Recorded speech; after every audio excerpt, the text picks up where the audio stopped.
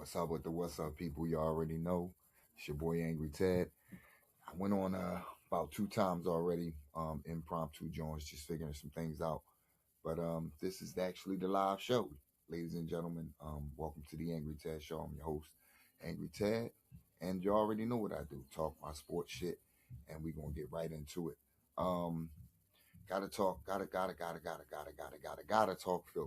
Phillies baseball right now. They 4.5 games out, as you already know. And if you're watching tonight, they're playing tonight. And his team is on fire right now. His team is on fire, and as we spoke about on previous shows, they're doing the things that's necessary to win baseball games, like playing small ball, like moving the runners over, like being able to pitch in certain situations. And with that being said, it's contributing to winning. And they're looking at bringing a couple guys up. I'm praying that they do. One of which is a pitcher by the name of Gage Woods. I think this kid can contribute right now. I know there's some analysts who say, don't bring him up, don't rush him, with him pitching more pitches than he's ever pitched in his career. Fuck that. We got to go for broke. You got to stop coddling these kids. Let these guys grow and learn on the job, just like with anything. If he's going to sink or swim, and I think he can swim. This boy is a phenomenal pitcher already at the minor league level in AAA. He's rose through the ranks quickly. He started at what I believe single A, then went up to double A, and now he's at AAA. I mean, how much more does he have to prove that he's ready to possibly pitch and help us in a major league push for a World Series? I mean, you don't have to start him. He's not a starter, but bringing him out of the bullpen to help, which was already a piss poor bullpen. I'm with anything. And right now, what I see out of this kid, and what I've seen from his record, yeah, we can't bullshit. We can't play no games. You got to put him in the game. Put him in the games and let him compete. And I think he can't do no worse than what the fuck we putting out there right now. I mean, Orion Kirkring, I'm not. I'm iffy on him. Who else? Alvarado? No. Since he ain't got the juice in his system, he been sketchy at best. And then these other guys we brought over in trades and moves to pick up guys. I'm not feeling. And there's another gentleman we just got also with the back end of the bullpen. Name escapes me right now, and if you're in the chat, please leave his name for the Phillies, the pitcher we just acquired. I'm looking at it like, look, man, anything will work at this point. That's the only thing that can hinder us right now with the bats, potentially doing what they doing, like long term and sustainable hitting, which they're not going out there trying to swing for the fences and shit like that. You know what I mean? I think right now that's sustainable what we're doing. We're making contact with the ball, like I said, moving runners over, playing baseball the right way, and that's pretty much sustainable. So now it's pretty much getting the back end of the bullpen together. And if we can get that together, ladies and gentlemen, I think we could be a formidable opponent and a tough out in the playoffs for any team. And that's including the Dodgers. You know what I mean? With what they have. But with that being said, man, it should be a pretty exciting stretch coming down the stretch during late, like I said, the early part of September, heading into October, red October. And again, if this Phillies team is playing like they're playing, they can pretty much beat any and everybody in baseball. I for one, like I said, I'm praying, I'm hoping, but I'm riding the Ripley's ride, ladies and gentlemen. Like I told y'all, it's a Ripley's ride, and I'm on the coaster, and I'm going up and down, up and down. You know what I mean? Like it just is what it is. And speaking of it is what it is, something that's been going on, man, and it's a big topic, and it's happened to dealing with sports too. Uh, with my man Stephen A. Smith, and him being in trouble with the African American community or the Black community or however you want to say it. You know what I'm saying, with the community period. And I wanted to wait to give my 2 cents. You know what I'm saying, like on it, because I'm kind of thinking of it in on two sides of the fence. On one side, I can see, because Stephen A. has taken shots at some athletes, in particular the Kwame Browns and this latest was LeBron and Jalen Brown. And these athletes are tired of it, man. They're tired of it. You're not coming up there. You're not covering them like you say you should be covering them. And it's like basically you feel like you have an agenda for ESPN. So I can understand those athletes not feeling sorry for you and not having your back, or not wanting to like I said, come to your defense when it comes, to you being ridiculed or bashed. And in this case, hey, listen, man, it is what it is. But on the other end, his opinion is his opinion.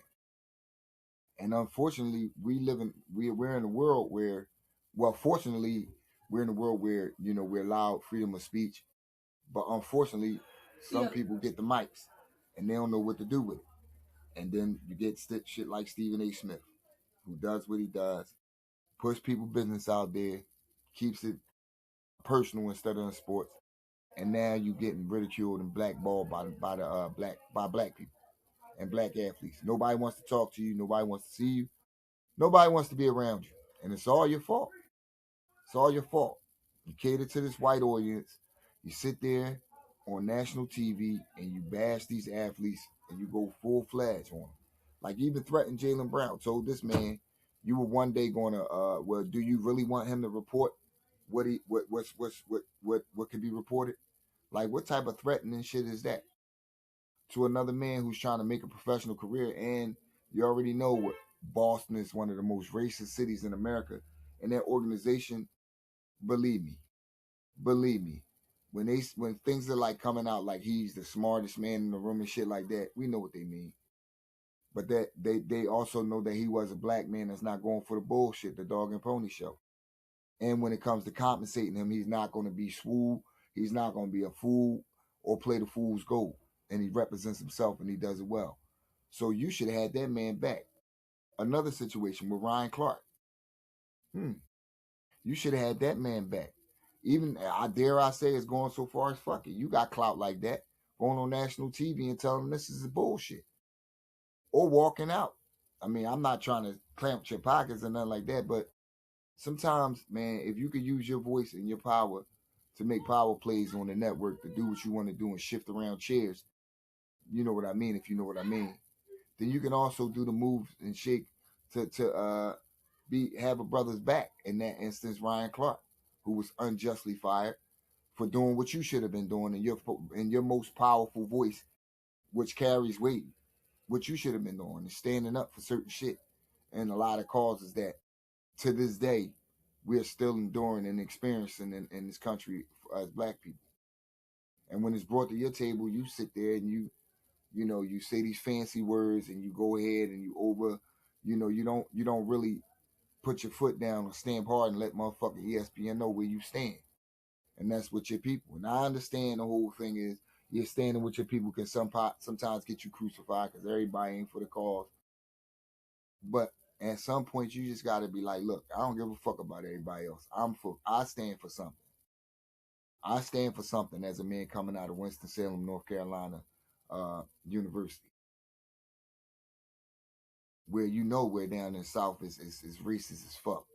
And back in your day when you went to that school, I'm sure it was a lot of shit going on. Shit, when I went down there to visit to take my daughter to school, I saw a lot of sketchy little spots like, oh, I wouldn't be over that part. But again, I digress, man. It's just insane, man. But there you go. And then you go on what I call the motherfucking Sly Fox Network. And by the way, if it wasn't for NFL football and me having to watch the Eagles on Sunday, that channel would get no play. I don't watch nothing else on there, by the way. Fuck Fox. And that's my word. They never like blacks. They always report the negative on blacks. Nothing's positive coming out there. And it just is what it is. And yeah, y'all got black hosts on there, but we know what that's all about. Let's show y'all can math. The Tucker Carlsons and all those dickheads and all those ass wipes that get on there to spew their rhetoric and their nonsense. But again, you run to that network and then you use them instead of going to, let's say, Don Lemon, who I understand you have a problem with, but at least you would have been able to get your shit off and speak freely and not be ridiculed for running what they say, massa, to get him to strike that whip down. Let these niggas know. Like, it's crazy, man. But that's the world of the media world, which is why I created my own podcast and space, my own channel, and I'm thanking y'all for the support. Again, on Talking Through Experience 4247 on YouTube at Talking Through Experience 4247. Like, share, and subscribe. And again, I was supposed to have a co-host tonight, but I had to iron out some kinks, and I ironed them out. I'm ironing them out, and I will be, along with sending the email explaining how to join the show with me. So again, guests, be patient with me. We're gonna have you on here. I'm excited to again have some guests on here to talk to. Like I said, I made this for the people. You know what I'm saying? It's for us, by us. We get to talk our shit. We get to be seen and heard. You know what I'm saying? Cross, you know what I mean, across all these networks of social media. And we get to talk our shit because we're fans and we're important too. And sometimes these teams and sometimes these the WIPs and the 97.5s of the world, they forget that we make this shit go round. So now we got a chance to do it on our own platform. And like I said, I appreciate your love and support. Like, share, and subscribe on my YouTube. Catch me on the Facebooks live every Tuesday and Thursdays, Mondays and Fridays, where I'll be having people on talking with me. And on Tuesdays, gotta let y'all know, it's Soldier Story Tuesdays with my partner in crime, Ra.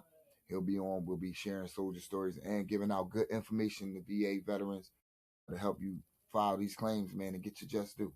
Because Lord knows you deserve it. But again, back to this sports shit, man. Talking about the Eagles, man. I got to get right into it, ladies and gentlemen. The Eagles, man. This. It's two things that have been pissing me off. One is the coverage by, of course, our own media outlets who have this notion and have this thing where they want to push panic amongst the fan base, showing these false, fake ass clips about how the Eagles are losing. Then they all of a sudden won yesterday's practice. It's just asinine to me.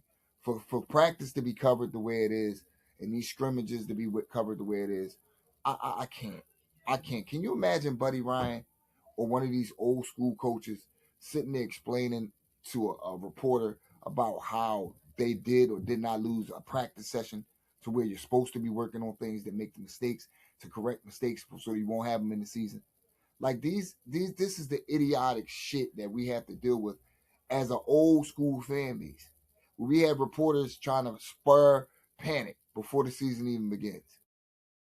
First and foremost, I'm gonna give it to you straight, and I'm gonna tell you right now, this Eagles team is on par, and I believe is on a collision course with the Dallas Cowboys. And that's just my personal opinion.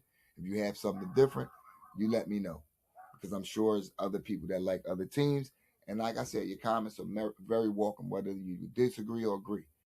I welcome all comments, and I will, like I said, answer those that comment in the comment section on any of my pages, wherever you can get this content at. But again, I think we're on a collision course because, like I said in previous videos, Dallas will have a pretty good defense. We know the offense has always been solid during the regular season. But we've also made some moves, and we need this key guy back, though. I mean, to kind of shore it all up. And that's Jonathan Grenard. For some reason, he's injured right now. He has a pectoral injury. And once Fangio starts to say he's concerned, then, ladies and gentlemen, we should, that's a reason for concern. That's alarming. Because Vic Fangio always been a straight shooter, especially when it comes to talking about the defense and the players on the defense. So that Grenard injury, while like I said, I'm not spurring no panic. This ain't no fact. I mean, this ain't no fiction. This is fact. The guy's injured, pectoral muscle. We know about those pecs. Some of those injuries can, it's hard to tackle with, man. You got that pec, man. It's, you're constantly trying to wrap, and that arm, Brandon Graham suffered from it, and he tore his pec and came back for the Super Bowl when we beat Kansas City 2 years ago. But yeah, that's an injury where like I said, Brandon Graham kept him out damn near the whole season. Damn near the whole season to the Super Bowl, which he still shouldn't have played. And shout outs to Brandon Graham. God bless that brother. Thank you for all those years, man, those great years as an Eagle. But really epitomized what an Eagle should be. And he's up there, right, with the Brian Dawkins of the world, the Troy Vincent, the Bobby Taylors, the Jerome Browns, and Reggie Whites, Clyde Simmons, and Seth Joyner, and Byron Evans, and you get where I'm going. Wes Hopkins, Andre Waters, Yes, this is how far back I go as an Eagle fan. But again, like I said, I think this Eagles team, man, for once, if we could stay healthy, which that John Thringenard injury is big. Hopefully, it's not too serious, and he can come back at some point during the season, possibly within the first 4 weeks, and get his rhythm in. Then this team is going to be, we're going to be definitely formidable as well, because I think offensively, the philosophy is going back to what it should have been, and it should always be.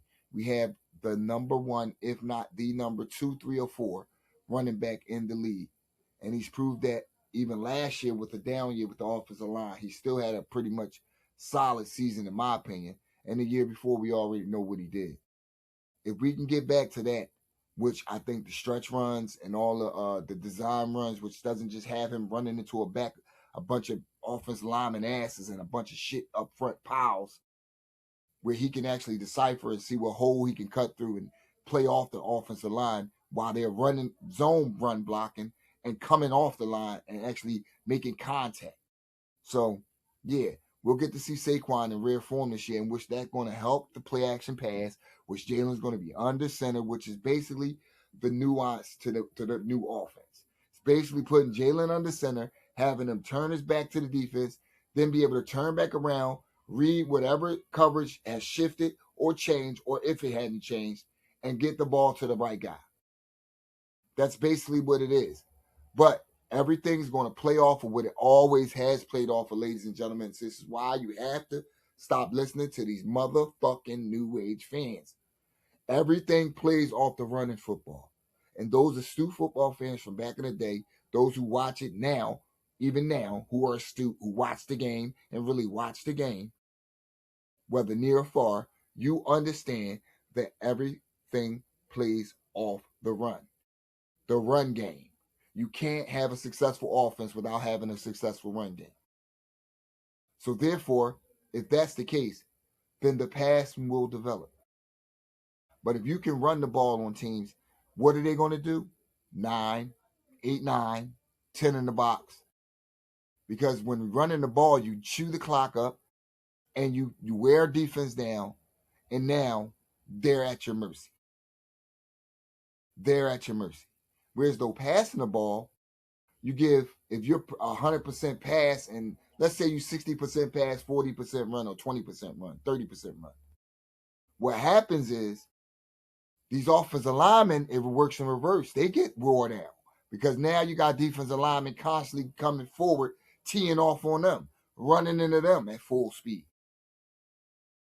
with some resistance. But if you got a lineman who is in a stance backpedaling, how much force can he possibly give when you got a guy running full steam ahead, or charging off the line, or surging off the line? There isn't much. So, like I said, when people analyze this game or you watch the game, don't just look at it from these media, these guys who are sit out there on the field, who really don't have a vested interest in the game. They're just out there, and no doubt, no bad word, well, bad words, but nothing against them. You out there, you know what I mean? But if you're not going to take it as you're going to analyze the team and give out correct information so the fans can feed off, because you have that up close and personal view, instead of some bullshit just to make a dollar, which if that's what you do, that's what you do, then I don't want to hear it, man. I want guys who are going to report. And if it's good, it's good. It's bad, it's bad. But it's being reported accurate. That's all that matters. And we can go from there. Then we can make our own assumption and viewpoints, but the truth will always stand. And your eyesight would always see what you see. Like they say, the eye test in anything always is what it is. Like we've had analytics, which I'll get into right now. Speaking of that, the eye test. Analytics is ruining everything. It's ruining the games. It's ruining baseball. It's ruining football. It's ruining hockey. It's ruining soccer. It's ruining basketball. It's ruining every fucking sport, because analytics is not used as a tool. It's used as the end-all be-all when judging talent. And this is why you have people playing in positions that they shouldn't be. This is why you have guys getting drafted that aren't ready to play. This is why you have teams that stink for years, because they go off an analytics department instead of a human eye test. We're so busy in society trying to replace everything with technology that we forget. It all still gonna come back to humans. It's just like a dyke. She always gonna go back to that dick. No pun intended. But it is what it is. Analytics is not the end all be all. And the teams that recognize it, they use it as a source and not the source. Notice, a source, not the source. They win. Those that use it as the source, they lose. And they make mistakes like trading Jaylen Brown. Dumbass Celtics. Thank you. Thank you. So, like waiting for draft picks 3 years down the line. I mean, it sounds good. And it might pay off. Time waits for no man. Time is ticking. And we're in a world where time is going by fast as fuck. So it's a get it done now nature, especially in sports. If you got the opportunity to win and keep winning, why would you break? But again, thank you. Thank you. Thank you. But it's shit. It's just that simple, man. Analytics has ruined sports and will continue to ruin sports. And if you disagree with me, let me know in the comment section and tell me why. Don't just get on here and say I disagree. Let me know why. Because I'm gonna tell you why I think analytics is ruining the sports. And I just gave you a few examples of why. Here's another. Humans will always be faster than a computer.